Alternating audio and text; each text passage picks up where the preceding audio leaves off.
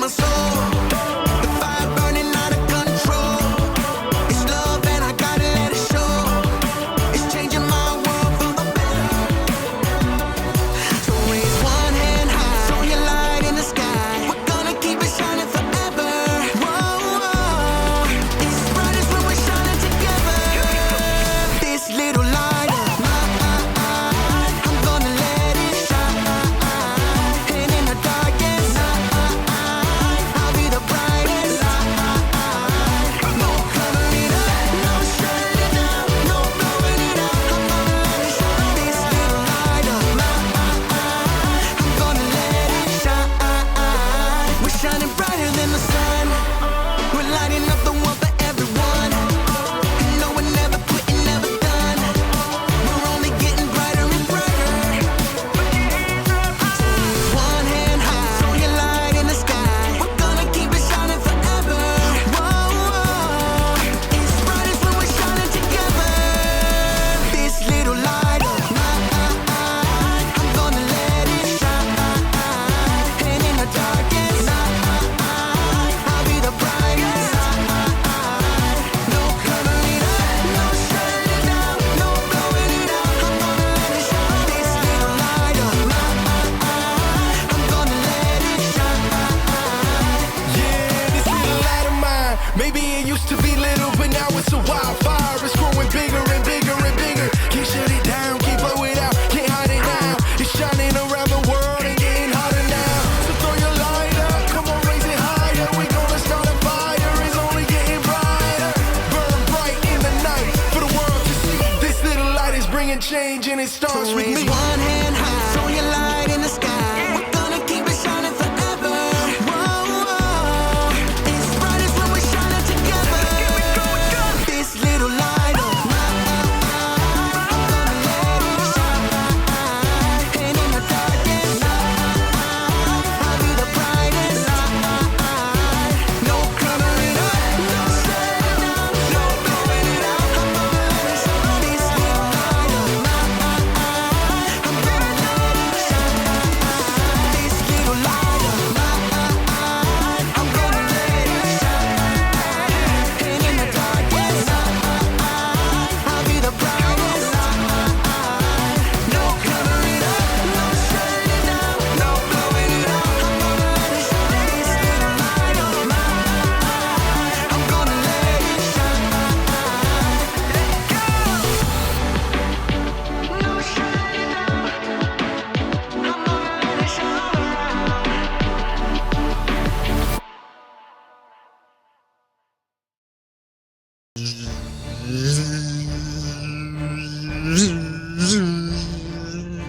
Hey, welcome to Story Lab.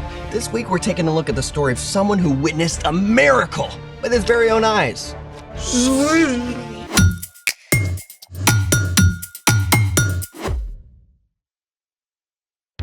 Hey, I'm Zeke. And I'm Carter. All month we're talking about how trusting and following Jesus changes the way we treat others. Everything okay? Sorry. What's going on? One of my best friends just moved all the way across the country. That's tough. But you can still FaceTime, right? Yeah, I guess. I know what you need. What? An epic battle between the forces of good and evil. How is that supposed to help? I don't know exactly, but it always cheers me up. Fair? Great! Then let there be light. Swords. Don't you have a test to study for? Oh, this is all about you, bro. You ready? Let's make it! Today we're gonna make our very own light swords. I grant you, this could be cool. What do we need? Pool noodles, giant rolls of cardboard, high-powered LED lights? Straws. Great, I'll go get... Wait, like drinking straws? Straws! I was picturing something a little more galaxy conquering. These are simply the best for light swords. See what I did there? Simply. I don't see it yet, but okay. Okay, we need 2 straws, black tape, scissors, glue sticks, a glue gun, rhinestones, and these dazzling finger lights. Ooh, I call blue. Then I will get, Red. Okay, for step 1, cut a few strips of black tape and cover the base of the light.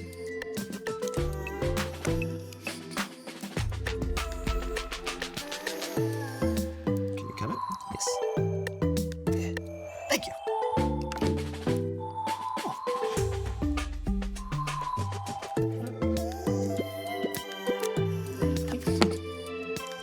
Now for step 2, you're gonna need a grown-up around for this. Prepare the glue gun.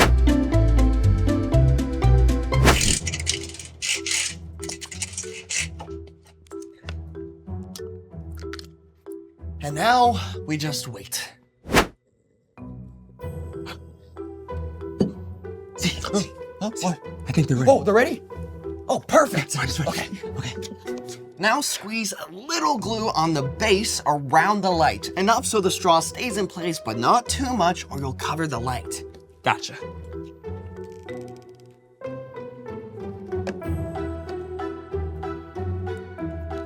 Now make sure the straw is straight and hold it for a few seconds so it dries in place. How's this? Oh, you're the man. Hey, how hot is a light sword? I don't know, how hot? Lukewarm. Oh, okay, I get it. Now, for step 3, it's time for the rhinestone. Just glue it to the end of the straw so the light doesn't escape.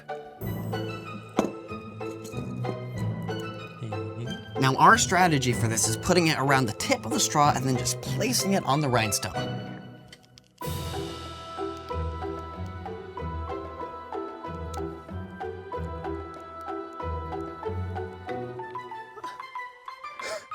Brilliant and ridiculous. They're like light swords for mice. Mice swords! Can we turn them on? Oh, yeah, let's turn off the lights first. Good idea.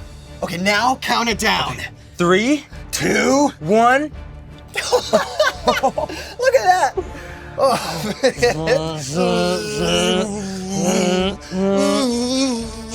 We meet again at last.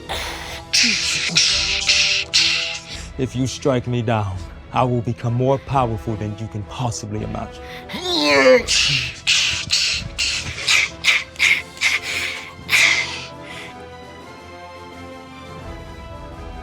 That was amazing. Dude. You see that? Yeah, imagine what we could do with full-size light swords. You know, I actually thought that was pretty epic. Yeah. Thanks for cheering me up. Oh, hey, I've got another mood booster for you. Someone else who saw the light. Bring it on. It's time for... The story before the story. Today we're in the second book of the New Testament, Mark. Mark was a Jesus follower and a close friend and traveling companion of the Apostle Peter. Mark collected and recorded stories from the life of Jesus to make sure they didn't get lost. Everywhere Jesus went, big crowds gathered. No matter how tired he was, Jesus always had time to show kindness and compassion.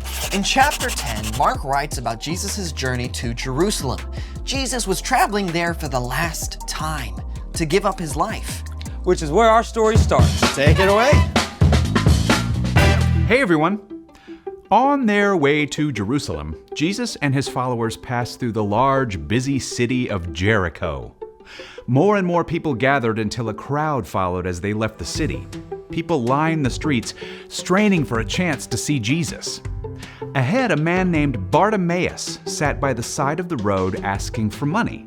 He was blind and he couldn't see a thing, but he could hear all the voices. Look, it's Jesus. I heard he heals the sick. I heard he raised a man from the dead. He fed thousands of people with just a few loaves of bread and fish. He can do anything. Bartimaeus' thoughts must have raced as he listened. At this time, if you were blind, there was no technology to help. You couldn't hold a job, and you had to rely on other people's compassion. If nobody was willing to help, you were stuck, left to beg for money in the streets. It was a very hard life. Desperate not to miss his chance, Bartimaeus began to shout. Jesus, son of David, have mercy on me. The people around Bartimaeus tried to keep him quiet. Who do you think you are? Yeah, Jesus has got important things to worry about. You should just zip it. but Bartimaeus shouted even louder. Jesus, Son of David, have mercy on me! You know what? Even though Jesus was surrounded by a noisy crowd, and even though he was on an important mission, Jesus listened. He heard Bartimaeus, and Jesus stopped. Call for him. Whoa. Hey! Cheer up! Get up on your feet! Jesus is actually calling for you.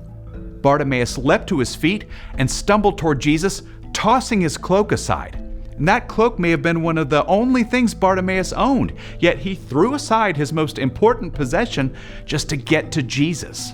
What do you want me to do for you? Teacher, I want to be able to see. Bartimaeus may have heard stories of Jesus before, or he may just have read the excitement of the crowd, but somehow he had the faith to believe Jesus was powerful enough to heal him. Go. Your faith has healed you. I can see! I can see! Can you imagine? Bartimaeus had been living in complete, utter darkness. And suddenly, in an instant, light and color explode before your eyes. People and trees and brilliant blue sky.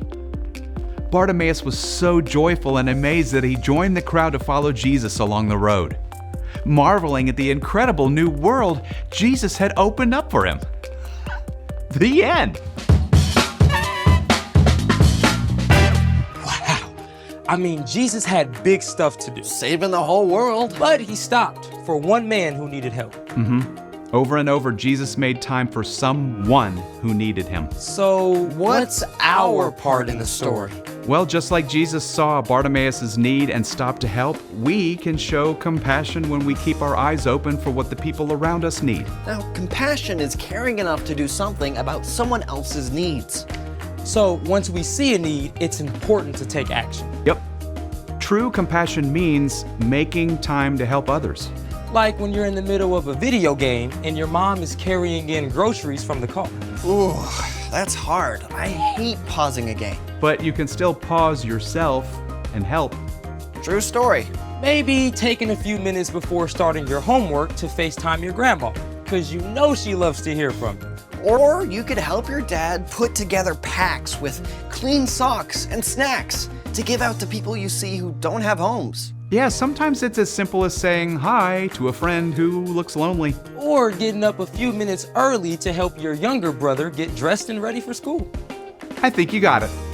And thank you both for taking time to chat with me. See you next time. Bye. So here's the thing.